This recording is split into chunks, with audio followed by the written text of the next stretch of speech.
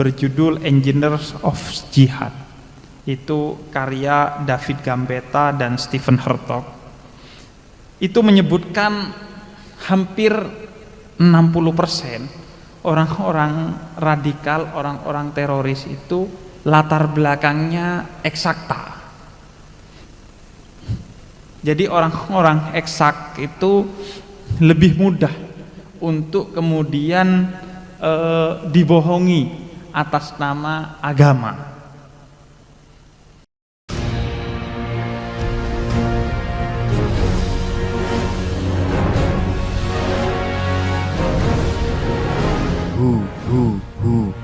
Allah.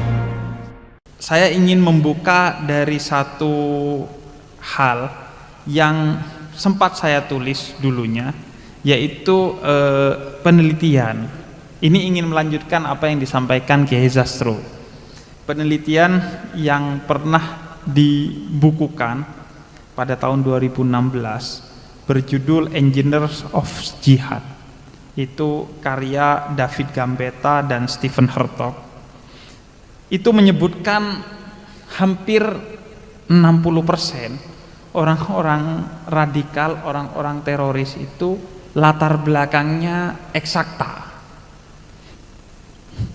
Jadi orang-orang eksak itu lebih mudah untuk kemudian dibohongi atas nama agama.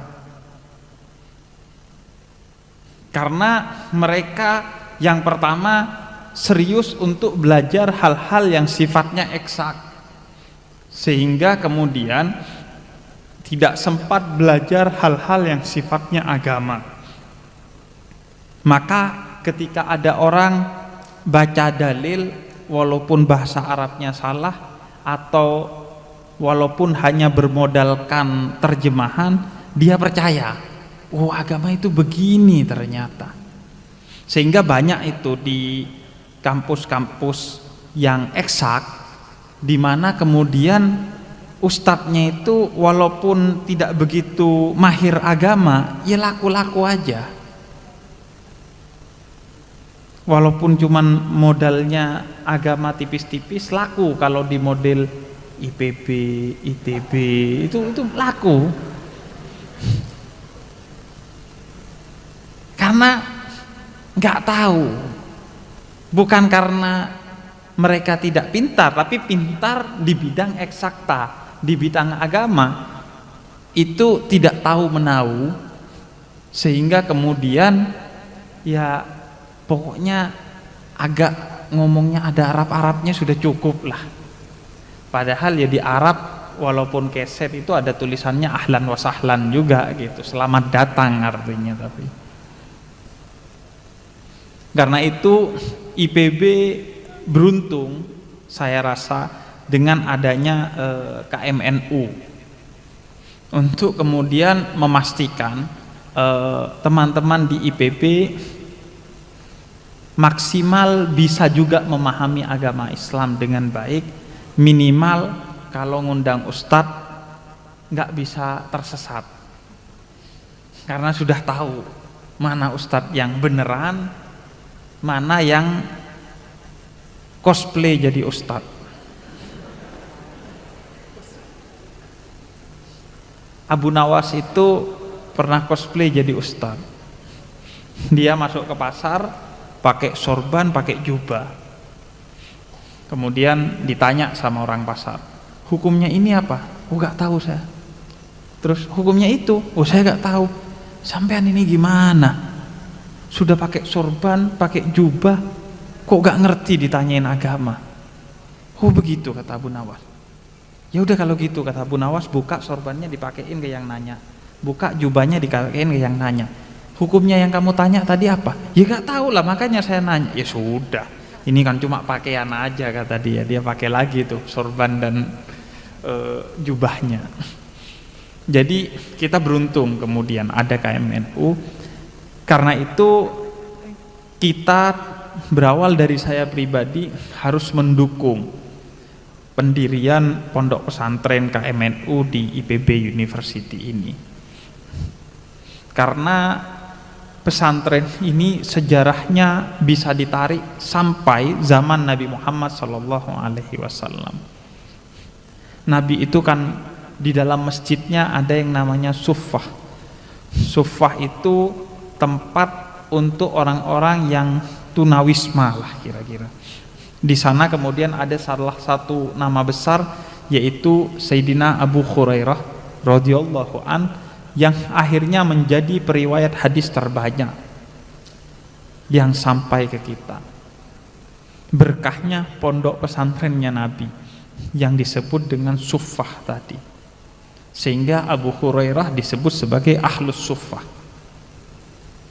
Nah, di sekitar IPB ini perlu juga ada yang namanya suffah-suffah tersebut untuk menjadi tempat bagi mahasiswa-mahasiswa yang tunawisma, yang nggak bisa bayar kosan, yang nggak bisa bayar kontrakan. Karena orang-orang yang eksakta dan nggak bisa bayar kosan ini rentan menjadi teroris, rentan menjadi radikal. Karena duit gak punya, tempat tinggal gak punya, pikiran aneh-aneh. Minimal menjadi teroris cinta, pacaran, cari perempuan yang kaya, terus kalau makan ngajak makan bareng, yang bayarin pacarnya nanti. Jadi kita mendukung penuh. Yang kedua, karena agar iklim IPB University ini juga ada iklim agama-agamanya lah paling tidak. Selain juga untuk menghindarkan orang-orang eksak itu terjebak dalam keberagamaan atau keberislaman yang salah kaprah sehingga menjadi radikal, juga lantaran sains itu memang harus juga dilengkapi dengan pemahaman keagamaan. Karena kalau tidak, itu akan berbahaya. Misalnya modernisme yang berlangsung sejak abad ke-16 itu memberikan kehancuran yang melebihi zaman-zaman sebelumnya yang berjumlah puluhan abad. Karena sains berkembang pesat pada saat itu, memberikan penemuan-penemuan yang membuat manusia semakin jahat terhadap segala sesuatu yang ada di sekitarnya. Dari jahat kepada alam semesta, sehingga kemudian mereka melakukan pemerkosaan terhadap alam. Alam dikeruk, batu baranya dihabiskan, minyaknya disedot, dan lain sebagainya, dengan alat-alat yang ditemukan oleh para saintis. Di bidang pertanian juga kan begitu. Tanah itu dipaksa harus menumbuhkan tanaman. Wah, ya dipupuk ini, pupuk itu, kimia ini, kimia itu, sehingga rusak. Begitu juga kepada sesama manusia, ditemukan teknologi uranium. Uranium digunakan untuk membuat senjata nuklir. Senjata nuklir digunakan untuk menghabisi sesama manusia. Ini perkembangan sains. Baru 4 abad tapi kerusakannya naudzubillah min dalik, lantaran sains itu tidak didasari kepada agama. Tapi dulu ketika sains berbasiskan agama, baik itu di masa abad pertengahan ketika Eropa dikuasai oleh gereja-gereja, ataupun di masa Islam ketika sains berkembang di bawah kekhalifahan Abbasiyah, sains bukan hanya tidak menciptakan kerusakan, tapi menciptakan kemajuan dengan baik. Karena mereka tahu bahwa ilmu itu tidak bebas nilai. Orang di barat menyimpulkan bahwa sains itu bebas nilai. Tugasnya orang IPB hanya menemukan pupuk yang baik untuk pertanian. Pupuk itu mau digunakan untuk apapun ya terserah. Tapi kalau saintis muslim, penemuan-penemuan itu tidak bebas nilai. Dia harus dipastikan nilainya berarah kepada arah yang positif.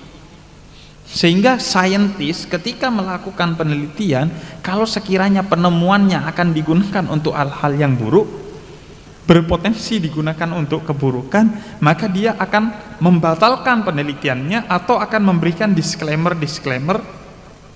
agar penelitian itu tidak disalahgunakan. Inilah pentingnya agama bagi sains.